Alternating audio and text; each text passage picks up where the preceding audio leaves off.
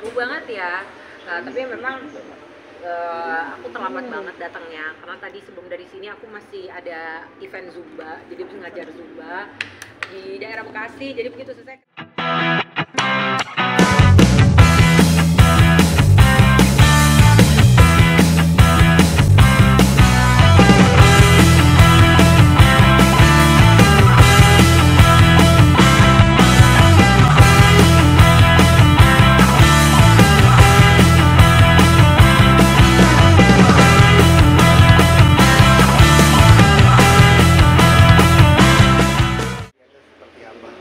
Seru banget ya, tapi memang aku terlambat banget datangnya karena tadi sebelum dari sini aku masih ada event Zumba, jadi harus ngajar Zumba di daerah Bekasi. Jadi begitu selesai ke sini, mestinya undangannya jam 10, jam 11 tadi baru datang sekarang. Tapi tetap seru, tetap ramai, tetap menyenangkan dan senang banget karena aku sebenarnya udah lama nggak ketemu sama Ayu gitu, sama ayah, terus sama ibu juga, sama Syifa. Jadi senang banget.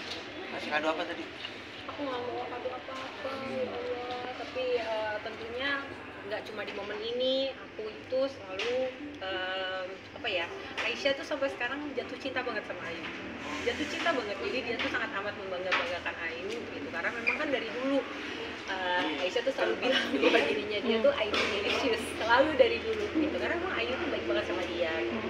2 kali Ayu tuh pernah nemuin Aisyah di Singapura gitu, Ayah juga pernah datang ke Singapura. Jadi apa namanya, itu tuh selalu meninggalkan bekas buat Aisyah gitu. Jadi Ayu ini memang dari sekian banyak teman aku, Ayu ini salah satu yang memang aku kenal sebagai seorang yang hatinya tuh Masya Allah ya, hatinya tuh luar biasa sekali. Tadi video, Sangat perhatian, sangat sayang sama orang.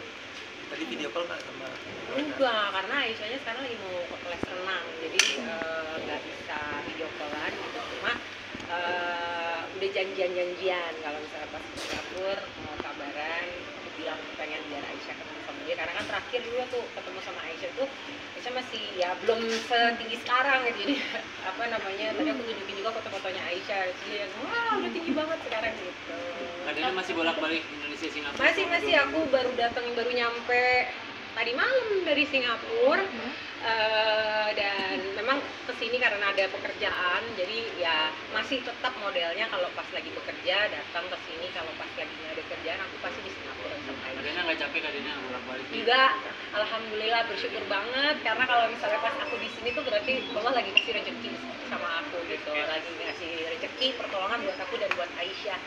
Jadi nggak ada rasa capek, mungkin ada sedikit rasa ya pasti ya, yang namanya ibu tuh jauh dari anak pasti kan rasanya ya pinginnya, idealnya semua ibu pasti pengennya kalau bisa 24 jam ngetekin anak ya, kepengennya begitu. Tapi kan ini udah jalannya memang Allah berikan kepada aku gitu, untuk menjadi apa ya, bisa dibilang ibu bekerja gitu ya, parent juga, jadinya ya disyukuri alhamdulillah masih banyak yang percaya sama aku, stasiun TV masih banyak yang mau nolongin aku, mau aku ada di acara mereka emang, dan itu membuat aku nggak ada rasanya.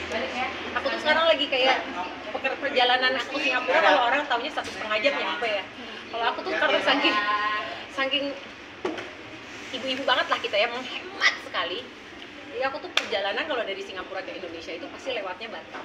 Jadi naik ferry dulu, nanti naik ferry, baru naik pesawat dari Batam, baru ke Jakarta. Perjalanannya tuh panjang. Jadi kalau dibilang capek di perjalanan, apalagi sendiri, bawa barang apa segala macam, ya wajar namanya manusia. Tapi tidak ada sedikit pun itu mengurangi rasa syukurku, malah menambah.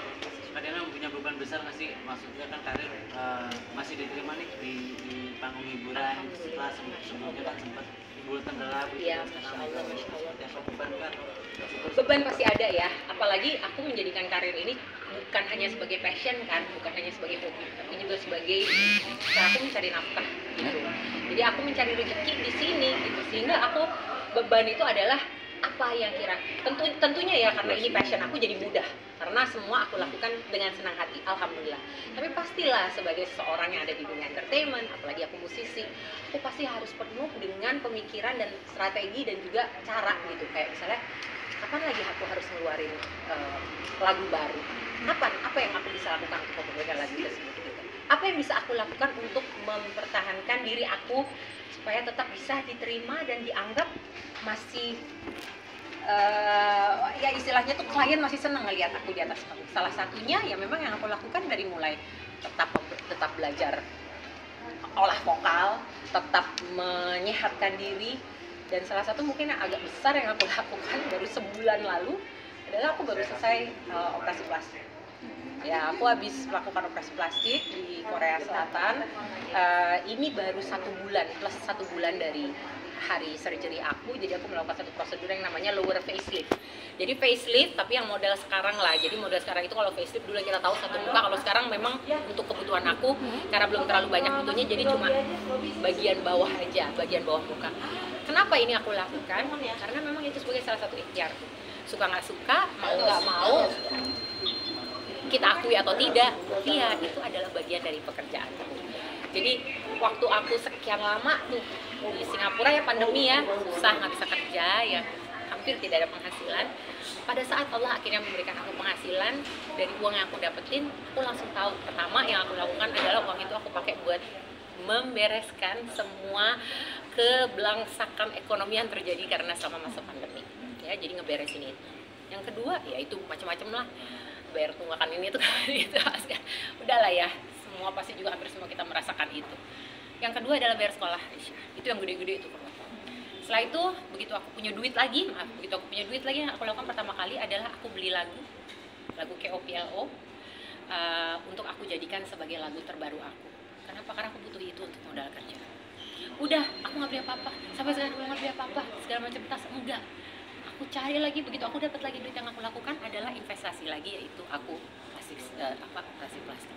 Memang pro kontra pasti, tapi aku percaya dengan niatku gitu, dan niatku memang adalah ini aku lakukan sebagai salah satu ikhtiarku untuk tetap bisa ya bisa dibilang bisa bertahan, tetap bisa mudah-mudahan menjadi bisa mempermudah juga pekerjaanku, satu dari sekian banyak ikhtiar. Tapi selama sebulan ini ada perubahan nggak sih Kak setelah pasca operasi tersebut? Apa pertanyaannya? Aku jawab sekalian. Oke. Jadi pertimbangannya adalah itu tadi gitu, karena memang ya usiaku mungkin juga udah nggak 19 tahun lagi ya. Jadi memang ya yang namanya kita manusia sealaminya memang akan terlihat proses yang namanya menua kulit yang mungkin lebih tidak sekencang dulu, turun, tidak senaik dulu gitu. Jadi memang sudah terlihat itu di wajah aku. Perawatan tentunya aku lakukan di Dermaster setiap sebulan sekali gitu. Tapi memang di kasus tertentu dan dengan segala pemikiran, pertimbangan macam-macam yang sudah aku pikirkan lama sekali, aku putuskan akhirnya aku mengambil jalan untuk operasi plastik.